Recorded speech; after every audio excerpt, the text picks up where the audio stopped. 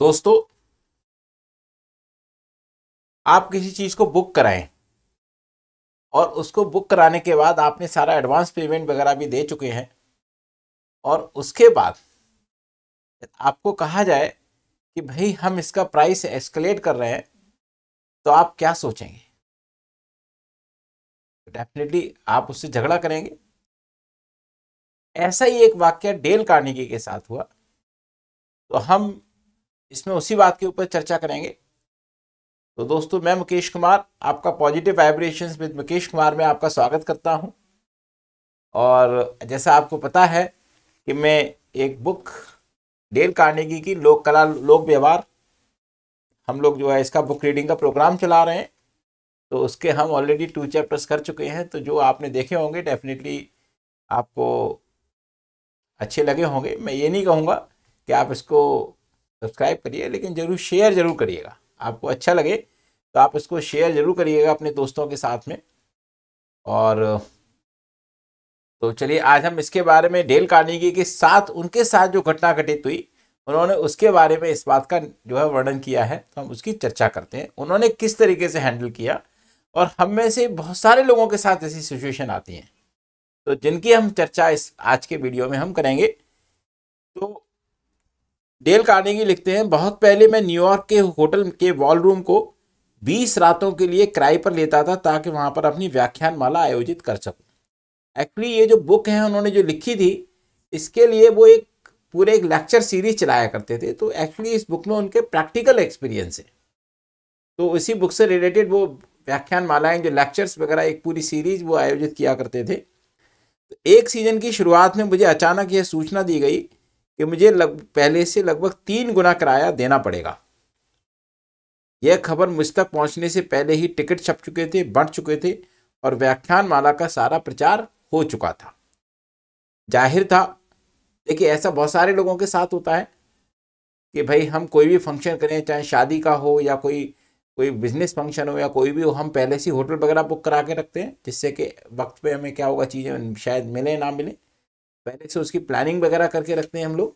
और फिर अचानक एक हफ्ते पहले आपके पास बोला जाए कि भाई आपको उसका बढ़ा हुआ 3 गुना किराया देना होगा, तो आप क्या करेंगे? देखिए डेल कार्नेगी ने इस सिचुएशन को कैसे हैंडल किया।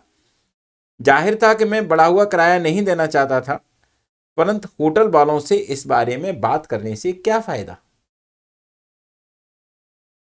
कि मैं क्या चाहता था। होटल का मैनेजर मेरी इच्छा के हिसाब से नहीं, अपनी इच्छा के हिसाब से काम करता था। 2 दिन बाद मैं मैनेजर से मिलने गया। देखिए यहाँ पर एक बहुत बड़ी बात जो उन्होंने कही है कि होटल वालों को इससे क्या पड़ा कि भाई मैं क्या चाहता हूं। भाई उनको तो वही करेंगे ना जो वो चाहते हैं। तो होटल कोई भी हमारी इच्छा से तो काम नहीं करेगा, कोई भी ऑर्गेनाइजेशन हमारी इच्छा से काम तो नहीं करेगा। वो तो अपने प्रॉफिट के लिए काम करेगा। भाई उनको जब लगा कि भाई पैसा बढ़ाना है तो उन्होंने बढ़ा दिया। तो हम क्या करेंगे? उन पे जाकर के उनसे बात करेंगे। तो वो 2 दिन बाद उनसे मैनेजर से मिलने गए। उन्होंने कहा उससे मैनेजर से, मुझे आपका पत्र पढ़कर पहले तो धक्का लगा, पर मैं आपको दोष नहीं दे रहा हूं। ये देखिएगा, आप किसको ध्यान से सुनिएगा कि डेल कार्नेगी ने किस तरीके से इस सिचुएशन को हैंडल किया है। बहुत अच्छी बात है, यहाँ से बहुत अच्छी चीज़ सीखने को मिलती है कि हम लोग भी सारे इसी तरीके से हैंडल करें तो शायद बहुत अच्छी बातें कर सकते हैं। वो उससे जाके भिड़े नहीं डायरेक्टली। हम लोग क्या करते हैं, डायरेक्टली फ़ोन पे भी बढ़ जाते हैं। आजकल तो फ़ोन है, पहले तो फ़ोन नहीं हुआ करते थे इतने। ओके, तो उन्होंने मैनेजर से कहा कि मुझे आपका पत्र पढ़कर पहले तो धक्का लगा, पर मैं आपको दोष नहीं दे रहा हूं। अगर मैं आपकी जगह होता तो मैंने भी शायद इसी तरह का पत्र लिखा होता। होटल का मैनेजर होने के नाते अधिकतम लाभ कमाना आपका कर्तव्य है। अगर आप ऐसा नहीं करेंगे तो आपको नौकरी से निकाल दिया जाएगा, और निकाल देना चाहिए। आप आइए एक कागज़ लेकर ये लिखें कि किराया बढ़ने से आपको कौन कौन सी लाभ और कौन कौन सी हानियां होंगी। तो उन्होंने एक पेपर लिया, और पेपर पे क्या किया, उन्होंने 2 कलम ला दिए। मैंने एक कागज उठाया, उस पर बीचों बीच एक लाइन खींची, और एक कॉलम में फायदे और दूसरे कॉलम में नुकसान शीर्षक लिख दिया। मतलब एक तरफ उन्होंने फायदे का लिख दिया और दूसरी तरफ उन्होंने नुकसान, कि भाई यदि आप किराया बढ़ाते हैं तो होटल को इससे क्या क्या फायदा होगा और इससे होटल को क्या क्या नुकसान होगा। वो दोनों चीजें उसके सामने, मैनेजर के सामने उन्होंने लिख दी। तो उन्होंने फायदे वाले कॉलम में क्या लिखा, बॉल रूम फ्री, मतलब जो आपका हॉल है वो क्या रहेगा, वो फ्री रहेगा। आपको यह फायदा होगा कि आपको डांस और दूसरे समारोहों के लिए आपका बॉल रूम खाली रहेगा। यह एक बहुत बड़ा लाभ है क्योंकि आपको इन आयोजनों से ज़्यादा किराया मिल जाएगा। और जबकि अगर आप व्याख्यान माला के लिए बॉल रूम किराए पर देते हैं तो इससे आपको कम पैसे मिलेंगे। अगर मैं 20 रातों तक इस बॉल रूम में डेरा डाले रहूँगा तो इससे निश्चित रूप से आपके हाथ से फ़ायदेमंद बिजनेस के कई मौके निकल जाएंगे। बिल्कुल ठीक बात है कि मान लीजिए यदि आप किसी लेक्चर सीरीज को दे रहे हैं तो डेफिनेटली उससे आप कम चार्ज कर रहे हैं, ओके। और यदि वही 20 दिनों तक खाली रहे तो आप अलग अलग लोगों को भी दे सकते हैं, क्योंकि जब आप कोई चीज़ एक साथ ले लेते हैं तो डिस्काउंट वगैरह भी मिल जाते हैं। लेकिन जब आप यही 20 रातों तक 20 अलग अलग लोगों को दे दें तो ज़्यादा फायदा हो सकता था। तो ये एक पहला फायदा उन्होंने फायदे वाले कॉलम में होटल के लिए लिखा। अब देखिए नुकसान वाले कॉलम में क्या लिखा उन्होंने। अब वो लिखते हैं कि अब हम हानियों पर ध्यान देते हैं। पहली बात तो यह कि मुझसे अपनी आमदनी बढ़ाने की बजाय आप अपनी आमदनी घटा रहे हैं। मतलब ये क्या लिख दिया उन्होंने कि होटल वाले को सीधा लिख दिया उन्होंने, मतलब मुंह से नहीं बोला, उन्होंने लिख दिया कि आपकी आमदनी बढ़ेगी नहीं बल्कि और आपकी आमदनी कम हो जाएगी। इसका कारण भी दिया उन्होंने, कैसे। दरअसल आपको बिल्कुल भी आमदनी नहीं होगी क्योंकि आपने जितना किराया मांगा है मैं उतना किराया दे नहीं सकता। मजबूरन मुझे यह व्याख्यान माला किसी दूसरी जगह आयोजित करनी पड़ेगी। और हो सकता है कि आपको 20 दिनों तक कोई आय ना आए, ये भी तो हो सकता है ना। अभी तो मैंने बुक कराया हुआ है, जब मैं चला जाऊंगा तो आपको 20 दिन तक तो ये खाली रहेगा। अब इस बीच में कोई आ भी सकता है, कोई नहीं आ सकता है, रिस्क हो गया ये। इसके अलावा देखिए एक तो ये नुकसान तो होगा ही होगा, इसके अलावा आपको एक और नुकसान भी होगा कि व्याख्यान माला के बहाने बहुत से सुशिक्षित और सुसंस्कृत लोग आपके होटल में आते हैं और यह आपके लिए अच्छा खासा विज्ञापन हो जाता है। अब देखिए जब कोई लेक्चर सीरीज चलेगी, देखिए जब कोई बड़े प्रोग्राम्स होते हैं जहाँ पर 100 लोग या 200 लोग या 1000 लोग भी आए तो वो उस होटल का एड्रेस लेकर के आ रहे हैं। तो मतलब क्या है कि जैसे होटल वाले पब्लिसिटी करेंगे, जब हम किसी भी अपनी चीज़ की पब्लिसिटी करते हैं तो डेफिनेटली उसके ऊपर पैसा खर्च करते हैं।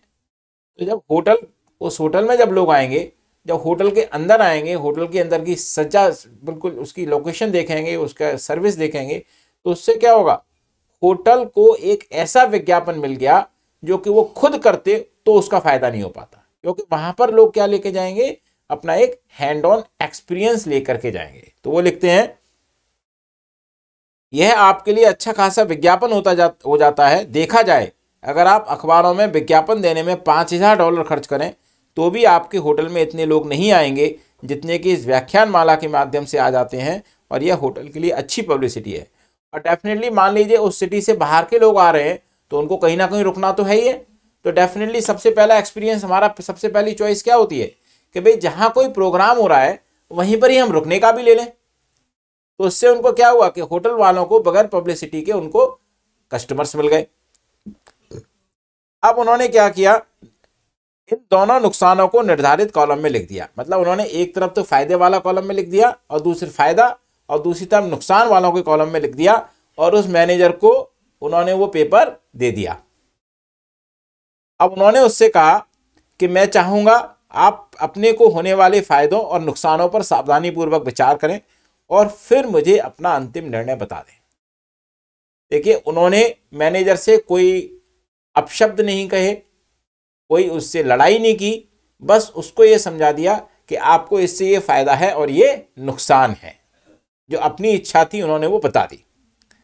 उसका अब क्या हुआ, वो आगे लिखते हैं, अगले ही दिन मुझे उसका पत्र मिला जिसमें लिखा हुआ था कि मेरा किराया 300% की बढ़ाए सिर्फ 50% बढ़ाया गया था। मतलब जो $1 का $3 कर दिया गया था, अब वो बजाय $1 के बजाय वो $1.5 करके उन्होंने उसको दे दिया। गौर फरमाएं, मुझे यह छूट तब मिली थी जब मैंने इस बारे में एक शब्द भी नहीं कहा था कि मैं क्या चाहता था।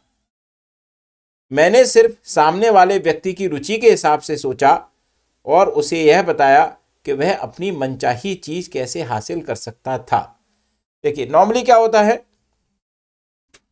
कि हम लोग क्या करते हैं, मान लीजिए कहीं हम जाते हैं तो हम अपने हिसाब से बात करते हैं उन्होंने यहाँ पर वो काम नहीं किया, उन्होंने सिर्फ उसको उसके फायदे और नुकसान बता दिए कि भाई अब आप देख लीजिए कि आपको इससे ये फायदा है और ये नुकसान है, आपको जो ज़्यादा बेटर लगता है। यदि आपको फायदा ज़्यादा बेटर लगता है तो आप नहीं करिए ज़्यादा आपको। तो उस मैनेजर को क्या लगा कि भाई हाँ, जो इससे होने वाला नुकसान है वो उससे होने वाले फायदे से कहीं ज़्यादा है। तो उसने अपना डिसीजन क्या किया, चेंज कर दिया। अब वो आगे लिखते हैं कि मान लीजिए इसके बजाय मैंने वही किया होता जो स्वाभाविक तौर पर हम सभी करते हैं, यानी कि मैं उस के ऑफिस में घुस गया होता और उससे कहता कि मेरा किराया 3 गुना बढ़ाने का क्या मतलब है, जबकि आप जानते हैं कि टिकट छप चुके हैं, प्रचार हो चुका है। 3 गुना किराया, यह तो ज्यादती है, बेवकूफ़ी है, मैं इतना किराया हरगिज नहीं दूंगा। देखिए मैं आपको बता दूं, ये शायद मैं होता तो मैं तो यही बात कहता जो अभी इन्होंने लिखी है कि भाई क्या बात है यार, तुमने सारी हमारी तैयारियां हो चुकी हैं, सब कुछ हो चुका है, अब हमें एन वक्त पे बता रहे हो। तो क्या होता, आपस के एक संबंध खराब होते हैं और वो हो सकता है कि हमें वहां प्रोग्राम करना ही नहीं पड़ता। ओके, और मैनेजर कभी भी वो बात नहीं मानता। तो दोस्तों कि हमारे सामने बहुत सारे लोगों के सामने ऐसी बहुत सारी सिचुएशन आती हैं, तो हम एक आउट ऑफ द बॉक्स सोच करके बजाय जैसे सीधे उसके साथ कन्फ्रंट करने के, सीधे भिड़ जाने के अलावा बजाय हम इस तरीके से जो डेल कार्नेगी ने किया, या इस तरीके से कोई एक टेक्निक दिमाग में सोच करके हम उससे आपस में बात करें, तो उससे क्या हो सकता है कि हम किसी भी सामने वाले से अपनी बात को अच्छी तरीके से मनवा सकते हैं। इसको हम कहते हैं बार्गेनिंग पावर डिप्लोमेटिकली। आपने अपनी बात भी मनवा ली और आपने अपना संबंध भी खराब नहीं किया, डिप्लोमेटिकली। ओके, अब वो एक बहुत अच्छा उदाहरण लिखते हैं हेनरी फोर्ड का। हेनरी फोर्ड जैसे हम सब लोग जानते हैं कि वो बहुत ज़्यादा पढ़े लिखे व्यक्ति नहीं थे, लेकिन उन्होंने दुनिया में सबसे ज़्यादा कारें बनाई हैं। उन्होंने अमेरिका में जो कारों का रिवॉल्यूशन करने का जो एक श्रेय जाता है, जो क्रेडिट जाता है, वो हेनरी फोर्ड को जाता है। उन्होंने वहाँ उस टाइम पर कारें बनाना चालू किया जब अमेरिका में सड़कों में बहुत गड्ढे हुआ करते थे। तब उनका एक ड्रीम था कि हर अमेरिकी के पास एक कार होनी चाहिए, जो कि आज वहाँ पर पॉसिबल हो चुका है। तो डेल कार्नेगी लिखते हैं, मानवीय संबंधों की कला के बारे में हेनरी फोर्ड ने बड़ी सुंदर सलाह दी है। अगर सफलता का कोई रहस्य है तो वह यह है कि हम में यह क्षमता हो कि हम सामने वाले का नजरिया समझ सकें और हम किसी घटना को अपने नजरिए के साथ साथ सामने वाले के नजरिए से भी समझ सकें। इसको मैं दोबारा रिपीट कर रहा हूं, दोबारा से इसको सुनिएगा आप। अगर सफलता का कोई रहस्य है तो वह यह है कि हम में यह क्षमता हो कि हम सामने वाले का नजरिया समझ सकें और हम किसी घटना को अपने नजरिए के साथ साथ सामने वाले के नजरिए से भी देख सकें। ठीक है, हर सिक्के के 2 पहलू होते हैं। हो सकता है किसी व्यक्ति का पहलू एक तरफ वाला हो, हमारा पहलू दूसरी तरफ वाला हो। तो मुझसे एक बहुत बड़े, मैंने किसी बुक में पढ़ा था, या हो सकता है किसी ने बोला होगा मुझे, कि जब किसी 2 व्यक्तियों के बीच में झगड़ा होता है तो वो दोनों ही सही होते हैं।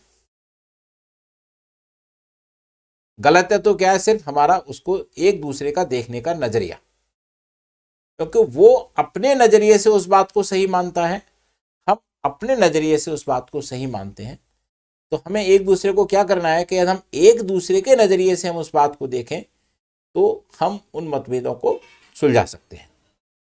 और इससे क्या होगा, हम कहते हैं ना कि एक कहावत है हिंदी में कि भाई अपने पैर को दूसरे के जूते में रख के देखो, तब आपको पता चलेगा कि वह जूता कैसा है।